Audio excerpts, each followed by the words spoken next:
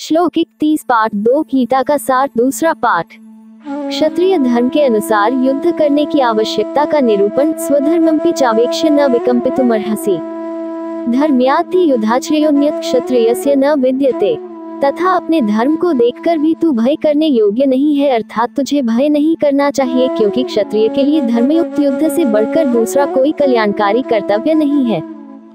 31 व्याख्या। इस श्लोक में भगवान श्री कृष्ण अर्जुन को उनके कर्तव्यों की याद दिला रहे हैं। अर्जुन एक क्षत्रिय योद्धा हैं और उनके लिए युद्ध लड़ना उनका स्वधर्म है।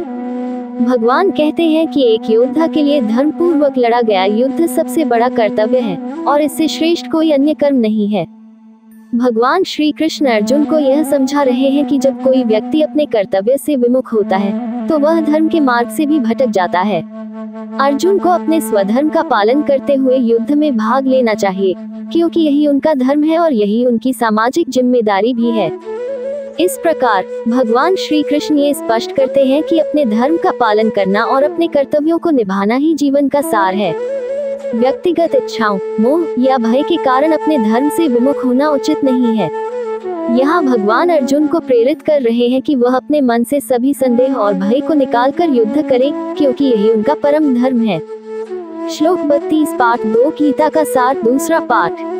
यद्रच्छया चोत्पन्ना स्वर्गद्वारं पावृतम् सुखिनः क्षत्रियाः पार्थ लभन्ते युद्धमीदृशम्। हे पार्थ, अपने आप प्राप्त हुए और खुले हुए स्वर्ग के द्वार रूप इस प्रकार के युद्ध को भाग्यवान क्षत्रिय लोग ही पाते हैं। 32 व्याख्या। भगवद गीता के इस श्लोक में भगवान श्री कृष्ण अर्जुन को यह समझा रहे हैं कि युद्ध के मैदान में उपस्थित होना और युद्ध करना एक क्षत्रिय योद्धा वर्ग के लिए एक महान अवसर होता है। क्षत्रिय का धर्म है कि वह न्याय और अधर्म के खिलाफ युद्ध करे और अपने कर्तव्यों का पालन करे। श्री कृष्ण कहते हैं कि अर्जुन जैसे वीर योद्धा को ऐसा अवसर स्वतः ही मिल गया है जो स्वर्ग के द्वार की तरह खुला हुआ है। ये युद्ध धर्म और अधर्म के बीच है और इसमें लड़कर अर्जुन न केवल अपनी जातीय जिम्मेदारी निभा सकता है, बल्कि उसे आत्मसम्मान, कीर्ति और अंततः मोक्ष भी प्राप्त हो सकता है।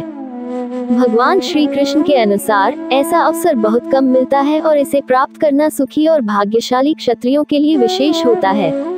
इस प्रकार श्री कृष्ण अर्जुन को प्रेरित कर रहे हैं कि वह अपनी जिम्मेदारियों से मुंह न मोड़े और इस धर्मयुद्ध में भाग ले, क्योंकि यही उसके जीवन का सच्चा उद्देश्य है। ये श्लोक अर्जुन को उसकी जिम्मेदारी और कर्तव्य का बोध कराता है और उसे बताता है कि योद्धा के लिए धर्म की रक्षा करना सबसे बड़ा धर्म है, जो अंततः उसे मोक्ष की ओर ले जाएगा।